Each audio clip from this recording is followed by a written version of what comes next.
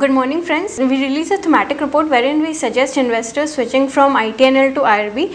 Now let me point out one thing that fundamentally we continue to like ITNL in the long term. This is just a tactical opportunity that we are finding in the short term wherein we are suggesting investors to switch from ITNL to IRB to get the superior returns.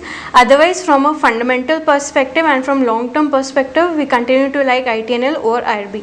Now what has actually led us to give a switch call is normally ITNL trades at 10 to 11% premium to IRB over a over like last 1 to 2 years, we have seen that it has traded at 10 to 11% premium to IRB. But however, given the sharp correction in the IRB stock price in the recent past, this premium has actually widened to 40%. Now, though we know that the sharp correction has been led by the legal issue which the IRB's promoter is facing, but still the divergence of more than 2 times the standard deviation is actually unwarranted for, and thus we see a buying opportunity.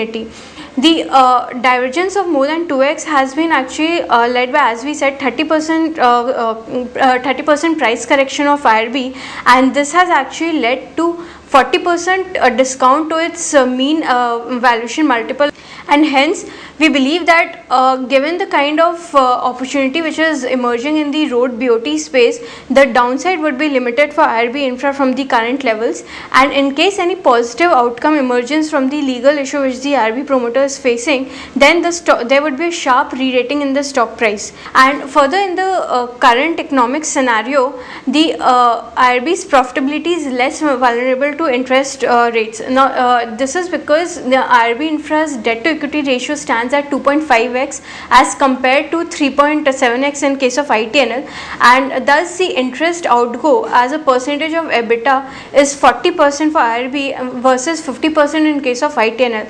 And as we know that interest rates wouldn't be reversing its cycle in at least for next 1 or 2 quarters. Hence, for a short, at least for 1 or 2 quarters, we seeing that the IRB's profitability would be less vulnerable as compared to ITNL. Thus, though we like both the companies and fundamentally we still prefer ITNL over IRB, but for a short-term perspective and near-term, we see this as a tactical opportunity wherein the trading premium has widened to 40% as compared to the average of 10 to 11%. Hence, we suggest investors to actually switch from ITNL to IRB in the near term. Thank you.